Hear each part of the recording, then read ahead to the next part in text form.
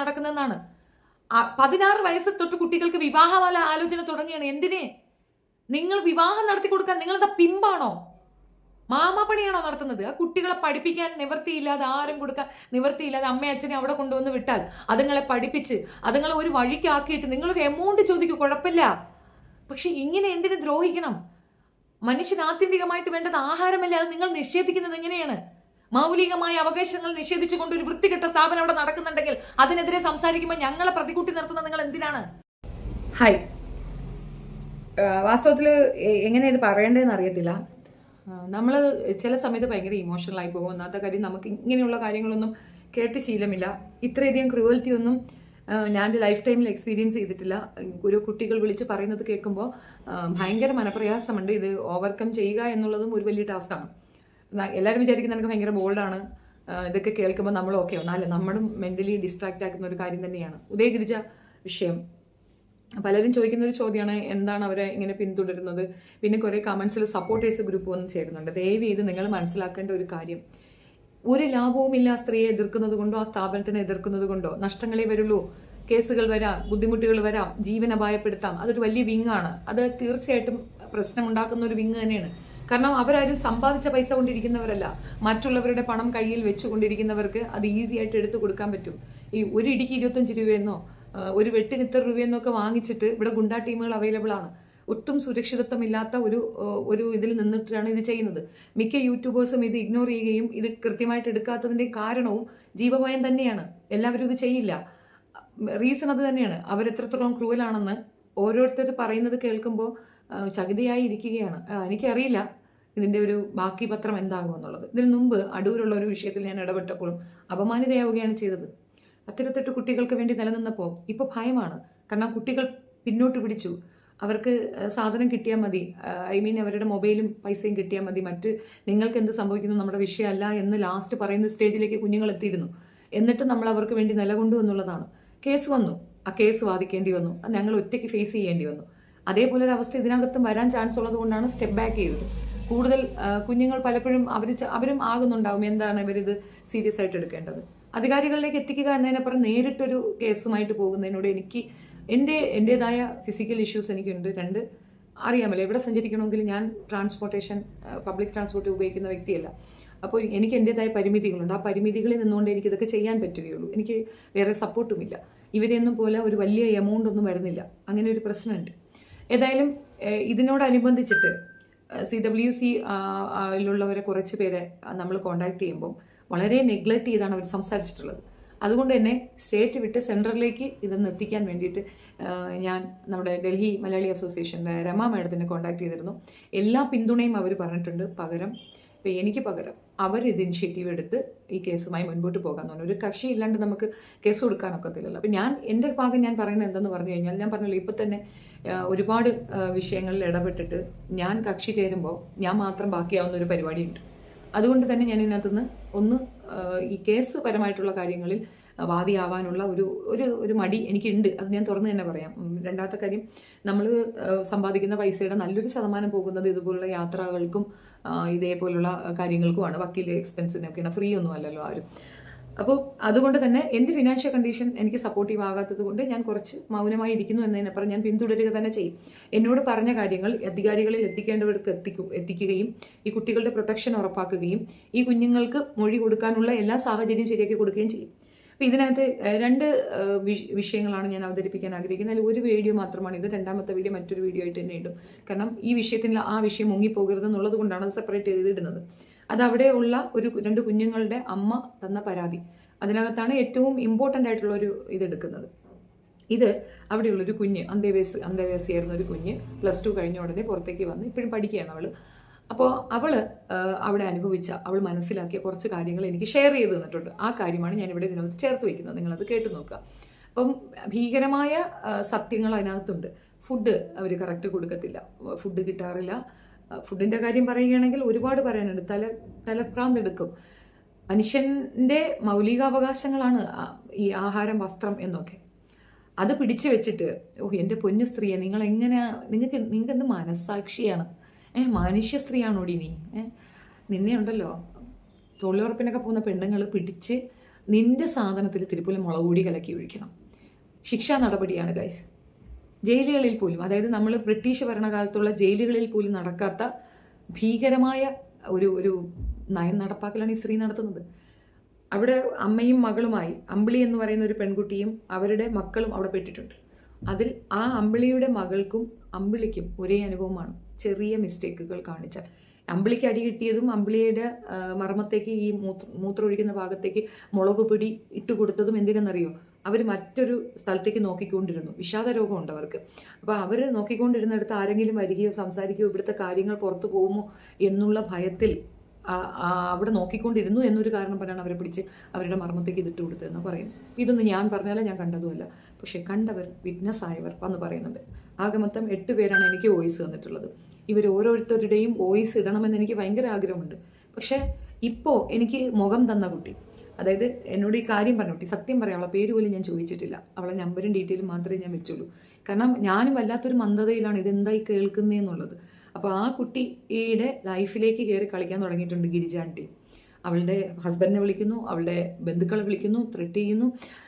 Please do support Har. ഞാൻ അവളുടെ channel first comment പിൻ ചെയ്ത് വെച്ചിട്ടുണ്ട്, അവളുടെ വീഡിയോ ഇട്ടെടുത്ത് തന്നെ. നിങ്ങൾക്ക് അതിൽ കൂടെ കാണാം അവളെ.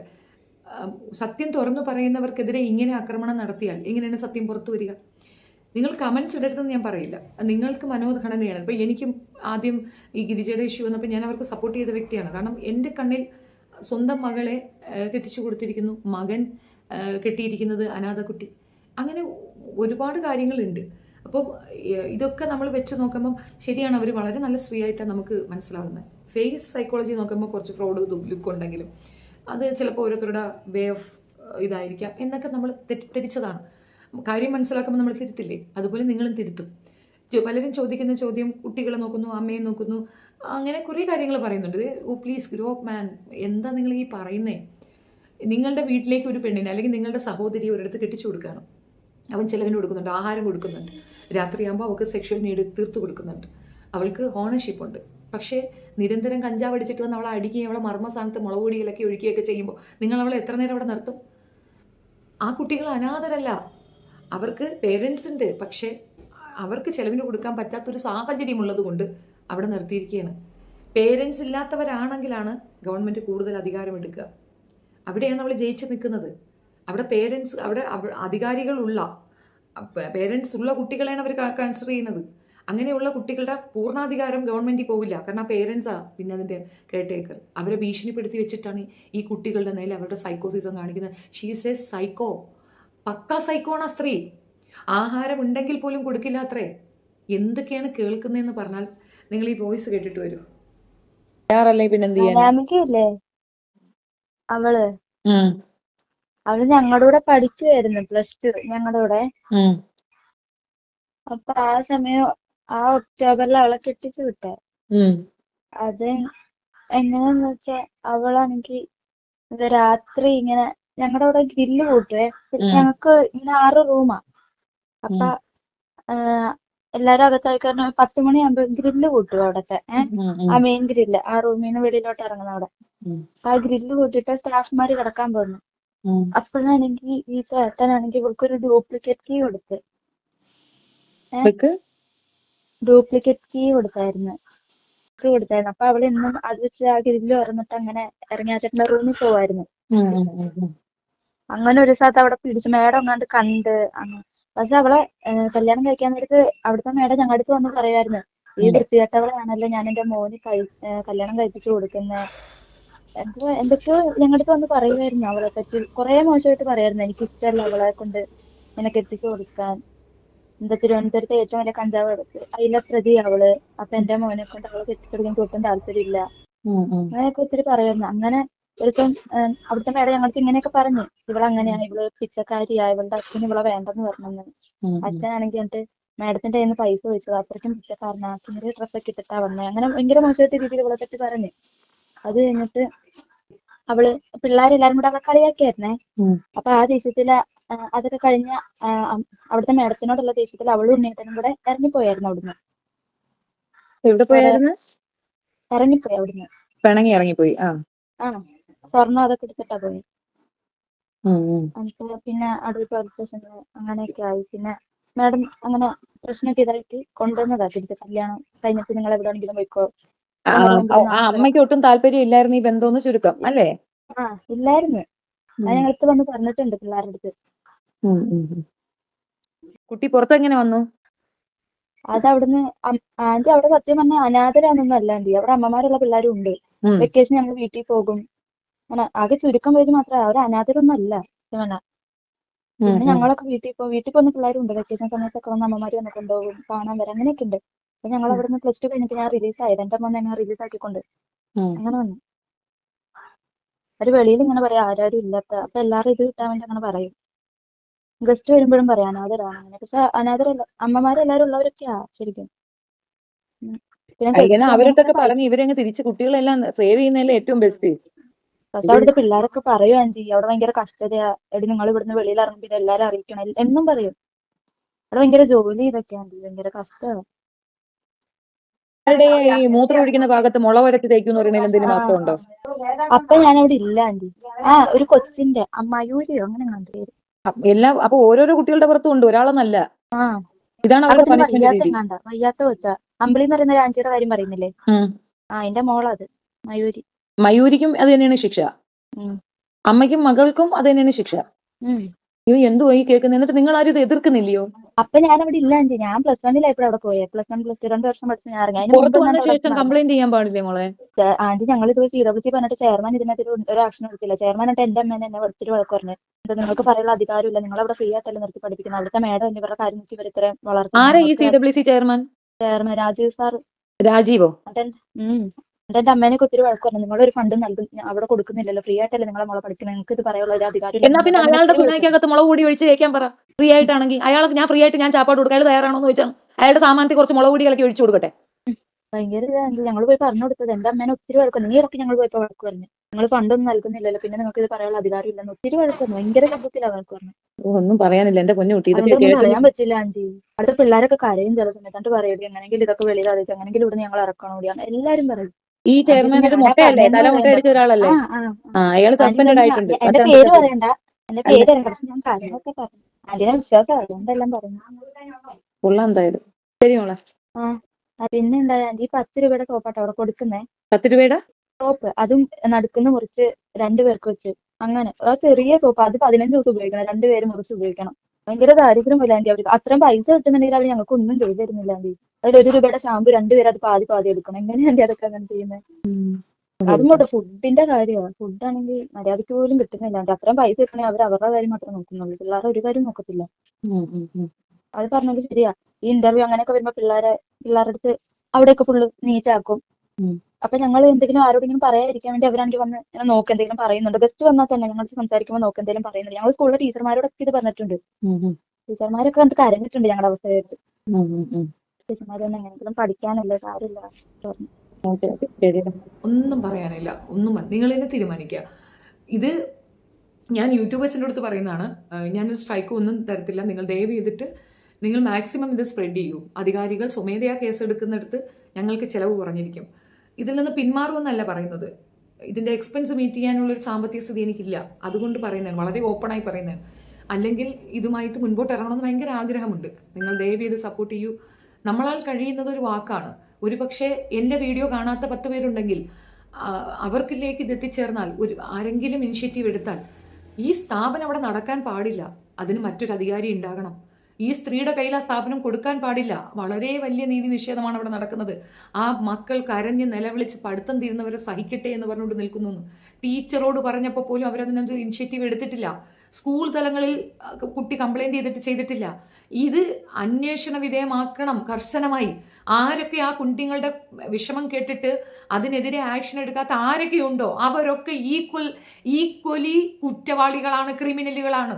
പോയി അവിടുന്ന് പുറത്തിറങ്ങിയ കുട്ടികൾ അവിടുത്തെ കുട്ടികളെ സേവ് ചെയ്യാൻ വേണ്ടിയിട്ട് CWC പോയി പറയുമ്പോൾ അവർ മൈൻഡ് ചെയ്യണില്ല. ഈ പറഞ്ഞ ആളിനെ ഇപ്പം അവർ അന്വേഷണ വിധേയമായിട്ട് സസ്പെൻഡ് ചെയ്തിട്ടുണ്ട്. ഡിസ്മിസ് ചെയ്യണമെന്നാണ് എനിക്ക് പറയാനുള്ളത്. നിങ്ങളുടെ അധികാരം എന്താണെന്ന് നിങ്ങൾക്ക് അറിയാൻ പാടില്ല. നിങ്ങൾ ആ പൊസിഷനിൽ ഇരിക്കരുതേ. ഇങ്ങനെ കുറെ വാഴകൾ ഇരിക്കുന്നത് കൊണ്ടാണ് ഇവിടെ ഈ അനീതി നടക്കുന്നതെന്നാണ്. 16 വയസ്സ് തൊട്ട് കുട്ടികൾക്ക് വിവാഹമല്ല ആലോചന തുടങ്ങിയാണ്. എന്തിനെ? നിങ്ങൾ വിവാഹം നടത്തി കൊടുക്കാൻ നിങ്ങളെന്താ പിമ്പാണോ? മാമാപ്പണിയാണോ നടത്തുന്നത്? ആ കുട്ടികളെ പഠിപ്പിക്കാൻ നിവൃത്തിയില്ലാതെ, ആരും കൊടുക്കാൻ നിവൃത്തിയില്ലാതെ അമ്മയും അച്ഛനെ അവിടെ കൊണ്ടുവന്ന് വിട്ടാൽ അതുങ്ങളെ പഠിപ്പിച്ച് അതുങ്ങളെ ഒരു വഴിക്കാക്കിയിട്ട് നിങ്ങളൊരു എമൗണ്ട് ചോദിക്കും, കുഴപ്പമില്ല. പക്ഷെ ഇങ്ങനെ എന്തിനു ദ്രോഹിക്കണം? മനുഷ്യന് ആത്യന്തികമായിട്ട് വേണ്ടത് ആഹാരമല്ലേ, അത് നിങ്ങൾ നിഷേധിക്കുന്നത് എങ്ങനെയാണ്? മൗലികമായ അവകാശങ്ങൾ നിഷേധിച്ചുകൊണ്ട് ഒരു വൃത്തികെട്ട സ്ഥാപനം അവിടെ നടക്കുന്നുണ്ടെങ്കിൽ അതിനെതിരെ സംസാരിക്കുമ്പോൾ ഞങ്ങളെ പ്രതികൂട്ടി നിർത്തുന്നത് നിങ്ങൾ എന്തിനാണ്? പലരുടെയും കമന്റ് കാണുന്നുണ്ട്, നിങ്ങൾ നോക്കുമ്പോൾ നോക്കാം, തയ്യാറാണെന്നേ. ആ സ്ത്രീയുടെ കയ്യിൽ നിന്ന് ആ കുട്ടികളെ സംരക്ഷിക്കാൻ തയ്യാറാണ്. ആ സ്ത്രീയുടെ കയ്യിൽ നിന്ന് സംരക്ഷിക്കൂ ആരെങ്കിലും ഇനിഷ്യേറ്റീവ് എടുക്കൂടെ? എത്രയോ സ്ഥാപനങ്ങളുണ്ട്, എത്രയോ ഇത് സന്നദ്ധ പ്രവർത്തകരുണ്ട്. നിങ്ങൾ ആരും ഇത് കാണുന്നില്ലേ? ഇത് ഈ നിരന്തരം നമ്മളൊക്കെ പേഷ്യൻ്റാണ്, നമുക്കൊക്കെ ഇല്ലാത്ത വിഷമങ്ങളും വയ്യായ്മകളും വരും, മനസ്സിലാക്കിക്കൊള്ളുക. ഏതായാലും നിങ്ങളുടെ അഭിപ്രായം കമന്റ് രേഖപ്പെടുത്തുക. ഒരു കാര്യം വ്യക്തമായി മനസ്സിലാക്കുക, വല്ലാത്തൊരു മെന്റൽ ഡിസ്ട്രാക്ഷനിലാണ് ഞങ്ങളൊക്കെ കടന്നു പോകുന്നത്. രമ്യ മേഡമൊക്കെ ഇത് കേട്ടിട്ട് അന്തം വിട്ടിരിക്കുകയാണ്. ഇതെന്താ ഈ കേൾക്കുന്നതെന്നുള്ളതാണ്. ഒരിടത്ത് നടക്കുന്ന വൾഗാരിറ്റിയാണ്. ആ കുട്ടി പുറത്തേക്ക് പോയി, ആ കുട്ടി ചാവിയും കൊണ്ട് പുറത്തേക്ക് പോയി എന്നൊക്കെ പറയുന്നുണ്ട്. ആ ഗേറ്റ് തുറക്കാനുള്ള ഒരു പെർമിഷൻ ആ കുട്ടിക്ക് എവിടെ നിന്ന് കിട്ടി? 16 വയസ്സുള്ള കുഞ്ഞിന് എന്തിനാ അങ്ങനെ ഒരു ബോധം വന്നു? ഇവന്റെ കൂടെ വീട്ടിലേക്ക് മറ്റൊരു പെണ്ണ് വന്ന് കയറുമ്പോൾ അമ്മ അറിഞ്ഞില്ലേ? എന്നിട്ടും അവിടെ വഴക്കും ബഹളവും ഒക്കെ നടന്ന് സ്റ്റേഷൻ വരെ എത്തിയിരിക്കുന്നു കാര്യങ്ങൾ. പയ്യനും പെണ്ണും കൂടെ ഒളിച്ചോടിയിരിക്കുന്നു. പോലീസ് സ്റ്റേഷനിൽ പിടിച്ചു കൊടുത്തിട്ട് ആണ് ഈ വിവാഹം നടത്തുന്നത്. ഈ വയസ്സ് പോലീസുകാർ നോട്ടിഫൈ ചെയ്തില്ലേ? അടൂർ പോലീസ് സ്റ്റേഷൻ കെടുകാര്യസ്ഥതയാണ്, അത്രയേ ഉള്ളൂ. ഭരണവർഗം എന്ന് പറയുന്ന വെറും വൃത്തികെട്ട വർഗം, അവരെ ഒന്നും പറയാനില്ല. ഒരു കമന്റ് കണ്ടിരുന്നു, ഹിന്ദു കമ്മ്യൂണിറ്റി ഇങ്ങനെയാണെന്ന്. കമന്റിൽ കൂടെ ഇട്ട ആ നാറി തീട്ടത്തിന് ഞാൻ അന്വേഷിച്ച് വീട്ടിൽ വന്ന് പൊട്ടിച്ച് ഞാൻ തീർക്കും, പറഞ്ഞില്ലെന്ന് വേണ്ട. ഇതിനകത്ത് മതം കുത്തിച്ചേർക്കരുത്, ഇതിനകത്ത് മതം കുത്തിക്കയറ്റാനായിട്ട് എൻ്റെ ടൈം ലൈനിൽ വരരുത്, ഞാൻ പറഞ്ഞേക്കാം. അതേപോലെ ഷെഫീന ബീബി എന്ന പേര് കണ്ടിട്ട് ഫിറോസ് കുന്നന്റെ കാര്യം പറഞ്ഞുകൊണ്ട് വരുന്നുണ്ട്. NGO ഞാൻ ഇന്നുവരെ പ്രൊമോട്ട് ചെയ്തിട്ടില്ല, ഇനിയിട്ട് ഞാൻ പ്രൊമോട്ട് ചെയ്യാൻ ഉദ്ദേശിക്കുന്നുമില്ല. പക്ഷേ മതം വേർതിരിച്ച് ഈ വിഷയത്തിന്റെ സീരിയസ്നെസ് ഇല്ലാതാക്കാനായിട്ട് ഏത് നാറി മുറിയേണ്ടി വന്നാലും ഇറങ്ങി പൊയ്ക്കോണം, മനസ്സിലായല്ലോ? ആ കളി ഇവിടെ എടുക്കത്തില്ല, അതിവിടെ ഏക്കില്ല എന്നാ പറഞ്ഞു വന്നത്. ഇതെല്ലാം ഇതിനകത്തുമുണ്ട്. ഈ സീരിയസ് ആയിട്ട് ഒരു ഇഷ്യൂ സംസാരിക്കുന്ന ഇടയ്ക്ക് മതം കുത്തി തിരിക്കൊണ്ടുവന്ന് ഇതിനെ ഡൈവേർട്ട് ചെയ്യാൻ ശ്രമിച്ചാൽ പിന്നെ ഞാൻ ചെയ്യുന്നത് എന്താണെന്ന് എനിക്ക് പോലും തിരിയത്തില്ല. അത് മനസ്സിലാക്കിക്കോ. കാസിനായാലും ഏത് വാഴയായിരുന്നാലും. And that's my point. നിങ്ങളുടെ അഭിപ്രായം കമന്റ് രേഖപ്പെടുത്തുക. വീഡിയോ ഇഷ്ടപ്പെടുകയാണെങ്കിൽ ദയവ് ഇത് ഷെയർ ചെയ്യുക. ഇഷ്ടപ്പെട്ടാലും ഇല്ലെങ്കിലും 10 പേരിലേക്ക് ഇത് ഇട്ടിട്ട് പ്ലീസ് ഇത് ഷെയർ ചെയ്ത് അധികാരികളിലേക്ക് എത്തിക്കുക. പിന്നെ നിങ്ങൾ എനിക്ക് വേണ്ടി ഒരു ഹെൽപ്പ് ചെയ്യേണ്ടതെന്ന് പറഞ്ഞാൽ #, ഇട്ടിട്ട് പോലീസ്, അടൂർ പോലീസ്, അങ്ങനെ നിങ്ങൾ തന്നെ ഇടുക. അപ്പം എനിക്കത് എൻ്റെ ഇതിനകത്ത് ഇടാൻ ബുദ്ധിമുട്ടുണ്ട്. നിങ്ങൾ ഇടുമ്പോൾ തന്നെ ആളുകൾക്ക് നോട്ടിഫിക്കേഷൻ പോയിക്കോളും. CWC എന്നുള്ളത് ഒരുപാട് പേര് ഇടുമ്പം അത്രയും ആൾക്കാരുടെ അറ്റൻഷൻ CWCയിലേക്ക് പോകും. അപ്പം നിങ്ങളത് ചെയ്യുക. സ്റ്റേറ്റ് CWCയും അതേപോലെ അങ്ങനെ അത് അനുബന്ധമായി ചെയ്യുക. വിമൻസ് കമ്മീഷനെ ടാഗ് ചെയ്യുക. ഇതൊന്നും ഞാൻ എൻ്റെ ഡിസ്ക്രിപ്ഷനിൽ ചെയ്യുന്നില്ല, നിങ്ങൾ ചെയ്യുക. നിങ്ങൾ ധാരാളം ആൾക്കാർ ചെയ്യുമ്പോൾ അതിന് ഫലമുണ്ടാകും. അതായത് #, ഇട്ടിട്ട് ഈ പറയുന്ന അധികാരവർഗം ഏത് ഇതാണോ, പത്തനംതിട്ട പോലീസോ അടൂർ പോലീസോ, നിങ്ങൾക്ക് ചെയ്യാം. അത് കമന്റ്സിലാകുമ്പോൾ എനിക്ക് വേറെ ട്രബിളൊന്നും വരത്തില്ല. Please support me. ഇത് വല്ലാത്തൊരു അവസ്ഥയിലേക്കാണ് പോകുന്നത്. ദിനം പ്രതി കുറേയധികം കുട്ടികൾ ധൈര്യസമേതം വരുന്നുണ്ട്. മേ ബി നിങ്ങളുടെ ഒരു ഷെയർ കൊണ്ട് കൂടുതൽ കുഞ്ഞുങ്ങൾ ഇതിലേക്ക് വന്ന് കക്ഷി ചേരുകയാണെങ്കിൽ കുറച്ചുകൂടി ഈസി ആകും. 8 പേരെ വെച്ചൊന്നും ചെയ്യാനാകത്തില്ലെന്ന് മനസ്സിലാക്കുക. കൂടുതൽ കുഞ്ഞുങ്ങൾ വരട്ടെ ധൈര്യമായിട്ട്. പലരും ഭയന്ന് മാറിയിരിക്കുകയാണ്. ധൈര്യസമേതം വരും. നിങ്ങൾക്കൊപ്പം ഞാനുണ്ടെന്നാ പറഞ്ഞത്. അത് എൻ്റെ ഒരു രീതി നിങ്ങൾക്ക് ഇതുവരെ മനസ്സിലായിട്ടില്ല. ജീവൻ കളഞ്ഞും കൂടെ നിൽക്കും. നിങ്ങൾ തിരിച്ച് തല്ലിയാൽ പോലും മൗനമായി അത് ഏറ്റുവാങ്ങുന്നതിനപ്പുറം വിട്ടുകൊടുക്കത്തില്ല എന്ന് വാക്കു പറയുന്നു. Please open up your mouth. ഈ പറയുന്ന രീതിയിൽ ഇനിയും കുഞ്ഞുങ്ങൾ അതിനകത്ത് പെട്ടുപോകും. അതുകൊണ്ടാണ് ദയവ് ചെയ്ത് സപ്പോർട്ട് ചെയ്യുക. കേസ് വന്നാൽ വരട്ടെ, ഫേസ് ചെയ്യും. അത്രയേ ഉള്ളൂ. നന്ദി.